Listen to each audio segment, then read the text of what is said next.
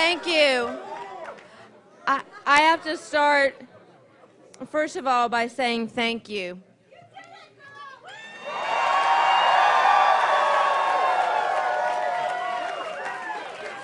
There are literally hundreds of people to thank and scores of elected officials and GOP leaders who put their confidence in me right from the very beginning, and I'll probably miss a few, but there were several who stepped up right from day one, including my very good friend Bob Ott, Joanne Burrow,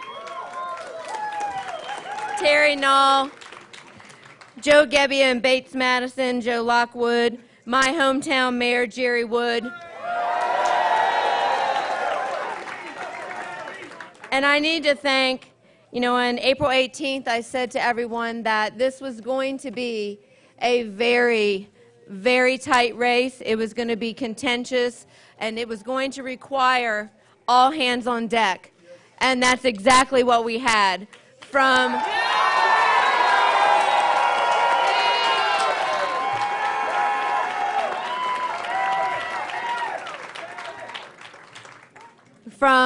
all of the others who were the GOP competitors in the primary, including several who are here tonight. I see Bob Gray. Thank you for your help.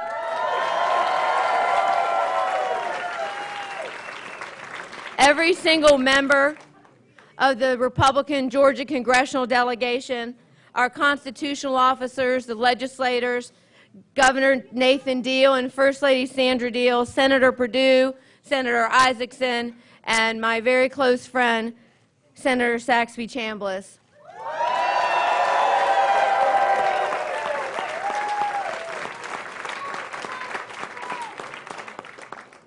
I need to also thank Speaker Ryan and the House leadership and so many of the members across this country who also united to help us hold the 6th.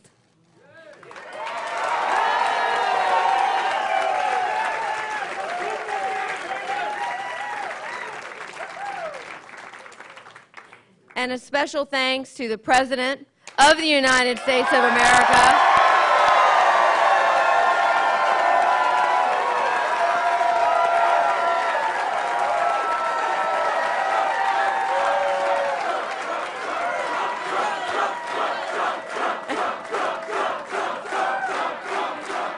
but let's not forget our equally great Vice President, Mike Pence.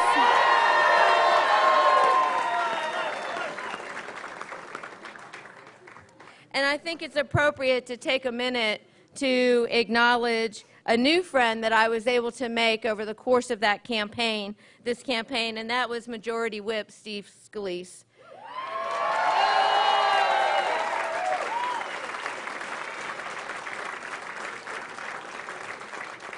Right up until that tragic day on the ball field, Steve would drop me a text message every single week, just to make sure I was doing okay and hanging tough. I think he even called me the Terminator in one of them. Wasn't sure about that one, Steve, but hasta la vista. Let me just tell you. But really and truly, what happened on that ball field was a terrible tragedy. And we need to all continue to lift up Steve and the others who were injured that day. And we need to also lift up this nation so that we can find a more civil way to deal with our disagreements.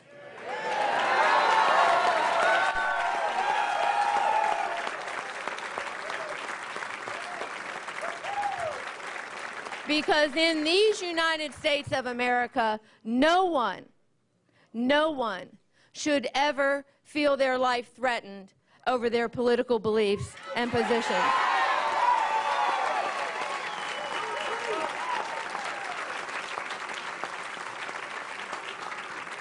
And I say that, ladies and gentlemen, in regards to both sides of the political aisle.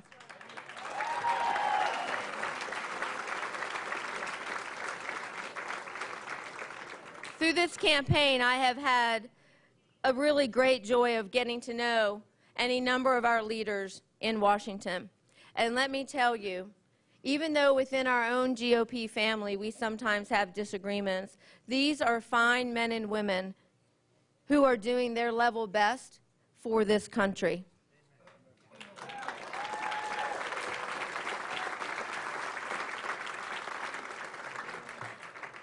I really am honored to be able to stand before you tonight and so extraordinarily humbled. But as everyone knows, most big things are not accomplished by one person alone, and I had a tremendous amount of support in this campaign from each and every one of you to a great campaign team. They really are. Yes, give them a hand.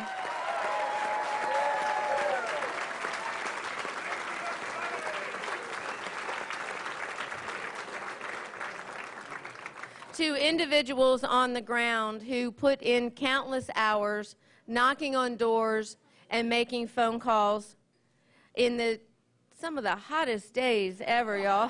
Whew. But through it all, everyone persevered. And then there's this guy. That guy. How about Steve Handel?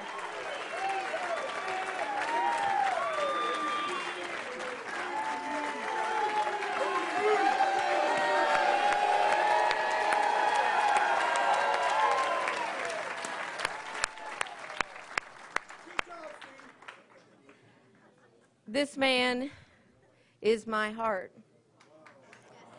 He tells you he's my #1 supporter, and I can tell you that in everything I have ever attempted to do in my life, he has been my #1 supporter. And there are no words to say how much I love you.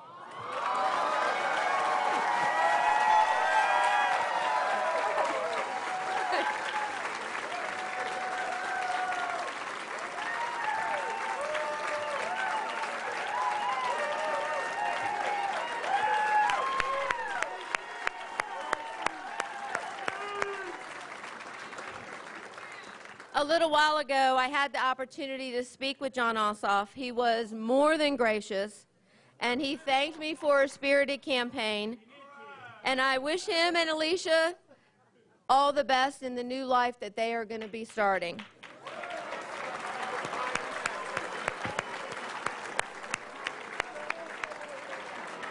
Now tonight I stand before you extraordinarily humbled and honored at the tremendous privilege and high responsibility that you and the people across the 6th District have given to me to represent you in the United States House of Representatives.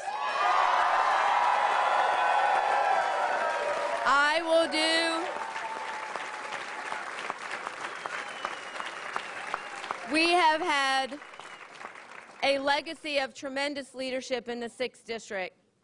Our very own Tom Price, who's now Secretary of the HHS. Now Senator Johnny Isakson. And former Speaker Newt Gingrich.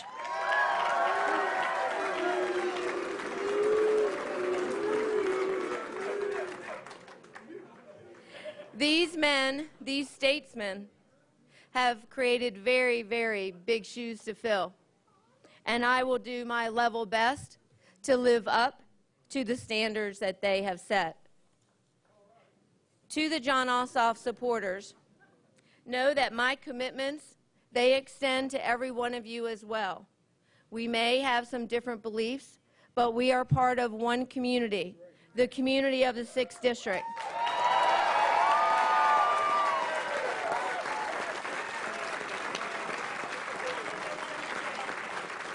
And I will work just as hard to earn your confidence in the weeks and months ahead.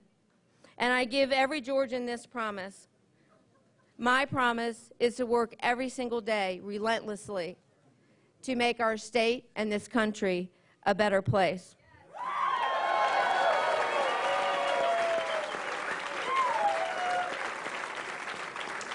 My pledge is to be part of the solution, to focus on governing, to put my experience to work in helping to solve the very serious issues that we're facing in this country. I think I might be the only, if not one of the few, former chamber CEOs to actually serve in the U.S. Congress.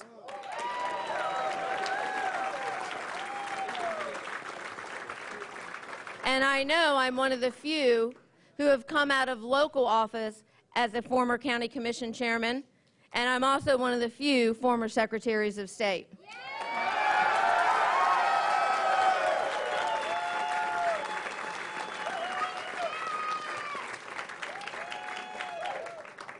We have a lot of work to do, a lot of problems that we need to solve. We need to finish the drill on health care.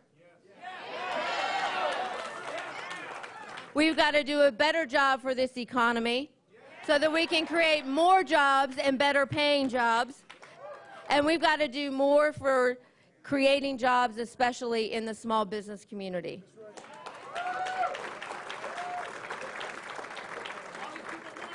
We have to make sure that we move forward with comprehensive tax reform.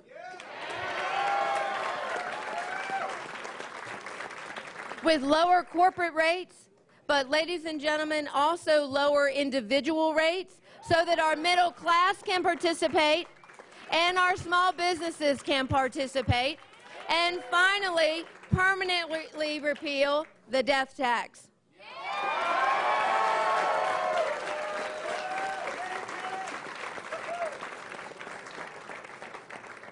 And to our veterans in the room,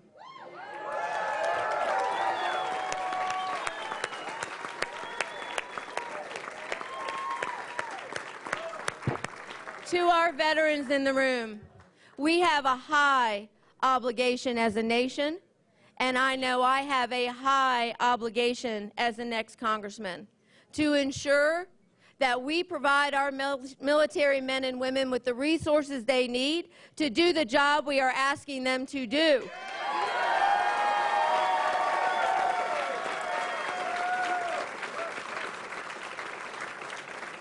And that obligation extends when their tour of duty is over to them and to their families so that we meet our commitments to them.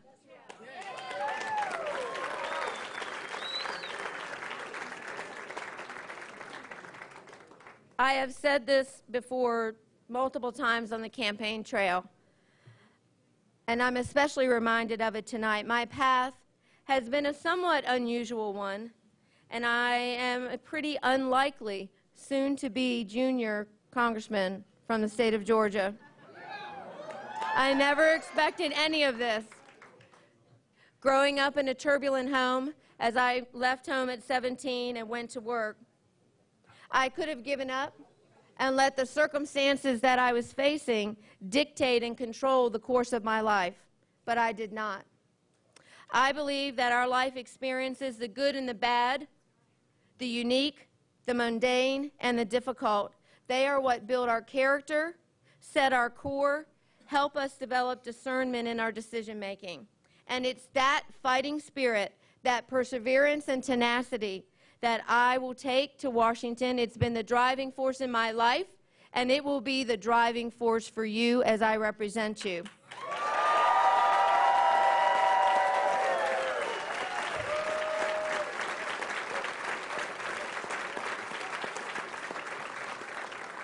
So very many people have lifted me up in the tough days of my life. But when all is said and done, I know that it has been a great God and a truly great nation that afforded a young girl the opportunity to grow up and be whatever it was she wanted to be.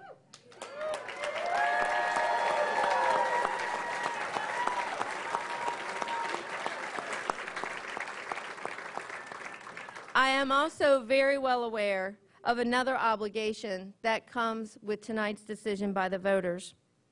The obligation of being the first Republican woman elected to Congress from the great state of Georgia.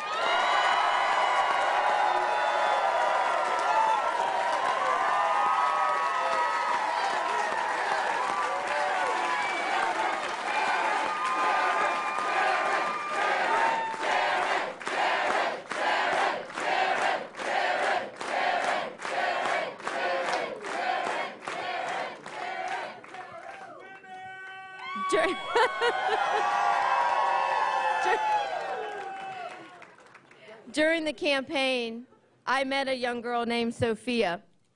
She was at one of our very first rallies right after the April 18th primary. Sophia is a beautiful 8-year-old girl, and she had been following the race and told a mutual friend how much she thought that I should win. So I talked to her a little bit, and here's what she said to me. This is an exact quote. "Karen, if you can win, it says to every 8-year-old girl that she can do it too."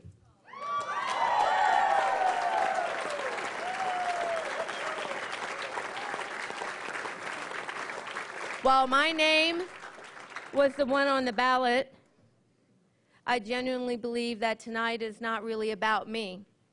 It's about all of those young and not so young little girls and boys out there, the ones who have been underestimated most of their lives, told that they couldn't do it or that they weren't good enough, the ones that were always counted down and out.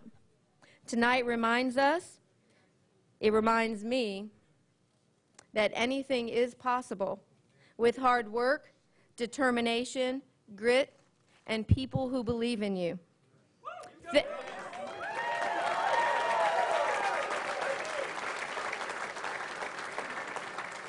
Thank you for believing in me.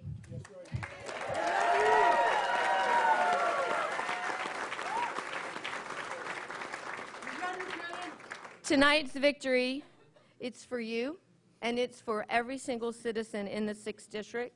It's for every single person with a dream. Someone gave me a bracelet a few years back, and it said something that I remind myself of every single day. She believed she could, so she did.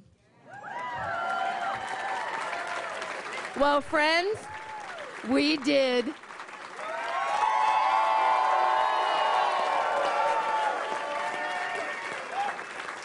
So tonight, let's celebrate, and tomorrow, the real work will begin, the hard work of governing, and doing that in a civil, responsible way that is in the best interest of every Georgian, every 6th District citizen, and every citizen of the United States of America, as we prepare to send Georgia's first Republican woman to Congress. Thank you. God bless you.